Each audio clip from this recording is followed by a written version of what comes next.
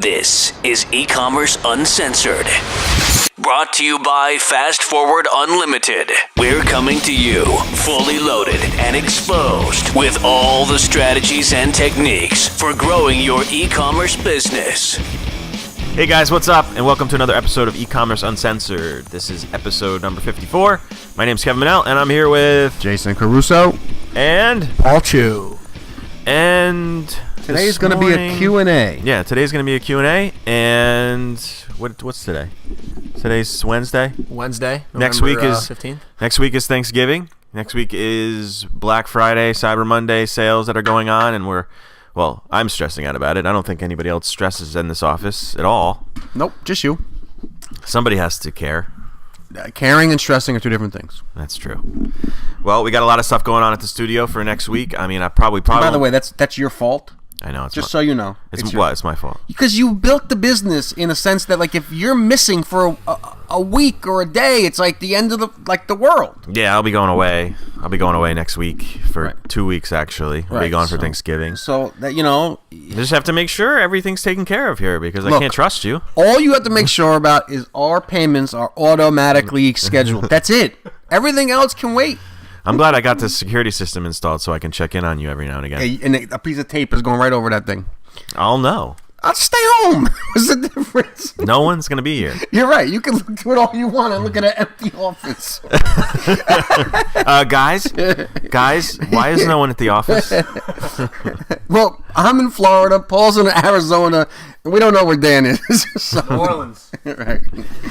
So yeah, that's next week. So I won't be here for 2 weeks, and we won't be publishing a podcast because it'll be Thanksgiving. We hope you guys enjoy your Thanksgiving, enjoy your time off, and enjoy your meal, enjoy family, and all that good stuff. And I look forward to Skyping you while you're drunk. Yeah, that's about basically what it is. He'll get a Skype call from me around 11 a.m.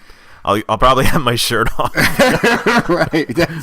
Your shirt's off. Your kids are taking a nap. You and Michelle have drinks in your hand. My kids don't take naps anymore. Well, they're self-sufficient, though. They can kind of do their own thing. When they're in the sun all day, they take naps. I wish they took naps, but they're like hyperactive. They just don't stop. My son doesn't stop. He's into this flip thing now. All he does, he runs around and just does flips all over the couches and stuff. Flips, kicks me in the face. Anyway. They're nuts. They don't stop. They don't stop. If you don't have children, don't do it.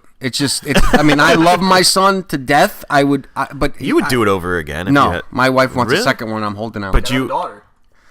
Oh yeah. As if you had.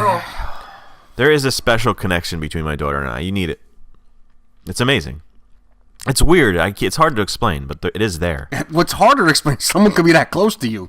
That's really what's hard to explain. I actually thought you were going to say the weirdest part is someone who could have a baby with you. I thought that's what you were going to say. Well, that too. Anyway, so why don't we get started? Yeah, where are we going with this? I don't know. I just wanted to say that about next week, and anyway. So all right, Paul Chu. All right, let's question it up. Number one, how many email variations should I create and send out for Black Friday and Cyber Monday offers? Ooh, yeah. That's funny. We just talked about this the other day. Yeah, we just laid out kind of the strategy that we're going to take for all of our clients. Because we're going to be running these Black Friday, Cyber Monday sales all next week. So the 20th the 20th is Monday. Because for those of you, depending on when you're listening to this, so the 20th of November through the 27th. So Black Friday is the 24th. Who cares? Anyway, we're doing it from Monday and it's gonna start the Monday before Cyber Monday. It's gonna end on Cyber Monday. 1 week. It doesn't have to be just Cyber Monday and Black Friday. It can be the entire week, and we recommend that you do that. And that's what I think most people are going to be doing. They're going to be doing a Black Friday, Cyber Monday week-long sale. Yeah, I mean that's just standard now. So anyway, I even saw some ads saying pre-Black Friday sale. Yeah, like, huh? I did. I saw it on Best Buy yesterday. Black Friday deals you can get right now. Right. Like, what's the point? Anyway. So, I mean, this is good question actually, and I think that we sometimes in the marketing space, in the marketing niche, I think it's just my feeling towards this is that we listen to people, right? Like you guys are listening to us. We also, do our due diligence and see what other people are talking about, and And sometimes we forget that it's like there is no real set way, right? There's no real set way to do email. I mean, some people like to do email at 10 o'clock in the morning. Other people like to do it at 9 o'clock at night. Other people like, I mean, there's no set way. You really have to test for yourself. Now, that being said, you should always obviously have an email to kick off the offer, number one. You should always have an offer when it's about to end. Those are the two that I would say are the most important. Now, you should also fill in the gaps as well. You should do one that says the offer's ending in 24 hours. You should have one that says the offer's ending in an hour. You should have one that says the offer's ending in 3 days. You should come up with any excuse to email your list. Now, Kevin, before you jump in, I have one more thing to say. I was going to jump in. Because I see one last thing. You don't have to be annoying about it. You can also segment your list and send out the offer to different segments. Now, I know what Kevin's going to say, and I don't think you do. I do. Because I kind of didn't answer the exact question. The question is, what was the question? Black Friday, Cyber Monday, emails, how many you should send out. Right. Well, I said how many you should create, so I don't know if they meant the creative or they meant the emails, but we'll cover both of them. Yeah. So that is the email schedule that I would try to keep. I would try to have an excuse, but we had this talk, I think, a couple days ago. I am not of the, or from the school of thought that you need to create different creative. For me, it's extra work. It's not necessary. I'm coming from a marketing background. These guys are graphic designers. I don't think people look at the creative more than a millisecond. So for me, I think they care about what they're going to save and whether or not they're interested in the offer. These guys are digital marketers. These guys are graphic designers, so they have a different feeling about that, and they like the creative end of it, and they like to create multiple emails. Personally, it would take me too long because I suck at it. I think it's definitely two schools of thought. I mean, for us, for Paul and I, it doesn't seem like that big of a time issue to create just an additional creative for an email, especially if it's going out to the same list. We'd like to freshen it up a little bit. It's just, it's a visual thing. I don't know how you feel about it, Paul, but it just makes sense to me. I feel like it gives you that extra opportunity to maybe get someone who saw it and wasn't attracted to it, or wasn't drawn to it, or didn't care about it. That's assuming that everybody opened the email and saw it. Well, that's true, but what about the people who opened it and didn't click? Maybe they didn't click for a reason. Maybe the image didn't catch their attention, and they didn't actually read the text. Like, to create different eye-catching visuals, I think is important. And I see Paul shaking his head. It also depends too, and this is what I was trying to open up with. It's like listening to like a set way of doing things. So it depends on your demographic as well. Like, if you have, like, we have a sunglass company that there's going to be men and women both opening up the emails, and we would assume that men would respond to male creative, and we would assume female would respond to female creative. But again, not everybody has that dichotomy between their customers. I mean, we have a baby company that is just mostly all women. So to change the creative is just, it's not necessary. It's like, do you want the offer? Yes or no? If you don't, let's move on, So I think we can make an argument for both sides. And specifically for the Black Friday, Cyber Monday strategy that we're putting in place, I think there's different psychologies throughout the week that are going to touch people in different ways. For instance, like the beginning of the week, the start of the sale, like Jason says, a kickoff email that introduces the sale to everybody. It's going to be a Black Friday, Cyber Monday week-long sale or something. We haven't really talked about exactly what the creative's going to say, but it's going to be Black Friday, Cyber Monday starts now. Don't wait. Like, it starts now. Then we're going to do another one on Black Friday. That's going to highlight that it's Black Friday. Get in on this sale. Hit that button for these people who are scrambling to get to the stores or scrambling online to get the deals. They're thinking Black Friday. That's what's in their head, and that's what's going to attract them to the email. That's my thoughts anyway. And then Cyber Monday is the last day of the sale. we're going to hit the Cyber Monday. It's going to be the same exact offer. By the way, that's what it's going to be. It's going to be the same offer throughout the whole week, but we're just going to make it a little different every time. Different subject line, a little different tagline in the email. One thing I think, we would be remiss if we didn't say is you have to remember, you guys can do this yourselves. People who are listening, if they don't have access to a graphic designer or somebody who can create the creative as easily as you two can just jump on Photoshop and do it, there's also that to consider.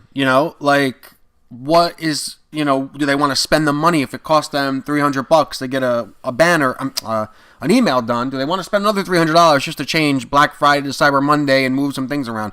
Again, it's easy for you guys. So just want to point out that there are different schools of thought, and I don't think in this case there's any one right thing. I think you can test a whole bunch of things, and I think that as long as you're sending the email and you have an excuse to send it, I think that you'll find, and by the way, that you use the 5 keys that we talk about. That's so important. Like we say that a lot, but the 5 keys, like, getting people to open the email, getting people to click the email, getting people to buy, I mean, those are so important. And I guess that's a long answer. Yeah, the only last thing I would add, and we've talked about this a little bit, is that you can also do, and you think about this with any sale, any like week-long sale you may have or few-day sale, you can always, hit that button with, due to the overwhelming response to our sale, we're going to extend it one day. Yeah, that just gives you another reason to email, like Jason says. Another excuse to email people. It really comes down to how many excuses you can come up to send email. And whether or not you're full of excuses, so right, and whether or not you have the budget or the access to somebody who can do it. Leave me alone. All right, hold on. So now let's pose the next question. That was a very thorough answer, guys, but that was good. Nailed it. All right, number 2, between social media and email, which strategy tends to be more effective during the holiday season? Oh, that's a pretty simple answer. I don't think anything ever trumps email, period. I don't care. The difference is with, email is that you really can't scale it per se. Social media, if you have something that's working, you can literally just spend more money. But in terms of effectiveness, there is nothing that has a higher ROI. There is nothing that converts better. There is nothing that I've seen personally that works any better than email. I don't know. Yeah, and in most cases, you're sending your offer or your message to people who already know you, right? The people who have bought from you in the past. So that's why your conversion rates are going to be better. We're going to run all of our offers parallel. We're going to run social media ads and email, but we anticipate a much bigger response from email, as always. Yeah, so that's a good question. Yeah, but it's pretty straightforward. I think you're right on. All right, this last one I think you guys are going to like because we deal with this with numerous clients. If my product is not selling, should I just move on to a different product or focus on exposing a pain point or issue that my product solves? Yeah. So that's a tough question because there are 2 schools of thought on this as well.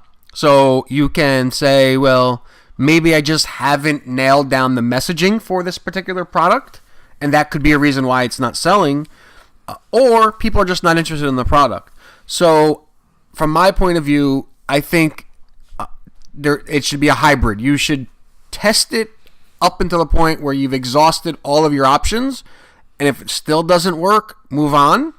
But that doesn't mean like if it doesn't work the first time, move on. Because the first time is just not enough time to figure out whether or not you've nailed the messaging. Kev, you have anything to add to that? Yeah, I think hitting the pain point, like you mentioned, is a really good place to start, to test a product and to see. And if you can't get people to buy your product as a solution for a problem they have, it's going to be hard.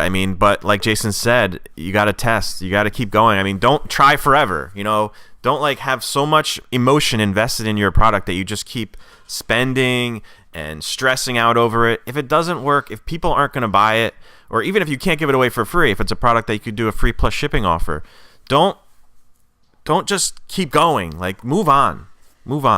Yeah, that's it. There is a fine line between when you should give up and when you should move on. I don't want to say give up, but when you should move on and when you should keep on going. If you're getting the signs where people are interacting with your ads and people are liking it and sharing it, and they're just not buying. There just may be something that you're missing.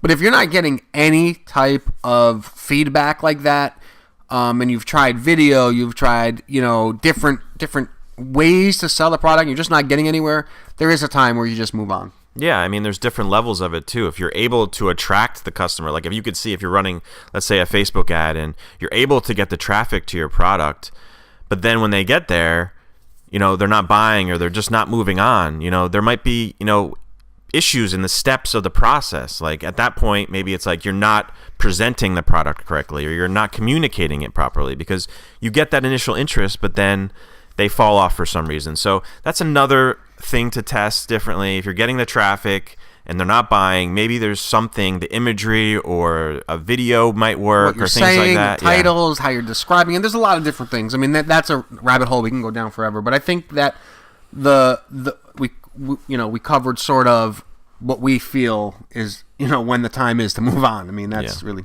so.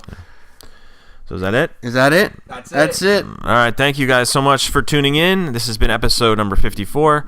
Once again, if you guys wouldn't mind heading over to iTunes or Stitcher and leaving us a rating or review, we'd really appreciate it. Yeah, that cry for reviews really doesn't work. No, it doesn't. No one ever does it. Ever. We get hundreds of downloads a day, and we can't get one per. I think it's because it comes organically. I don't think what we say makes people go and actually stop saying it. How's that? All right, guys. We'll talk to you later. See you next time. Go to the podcast notes, eCommerceUncensored.com.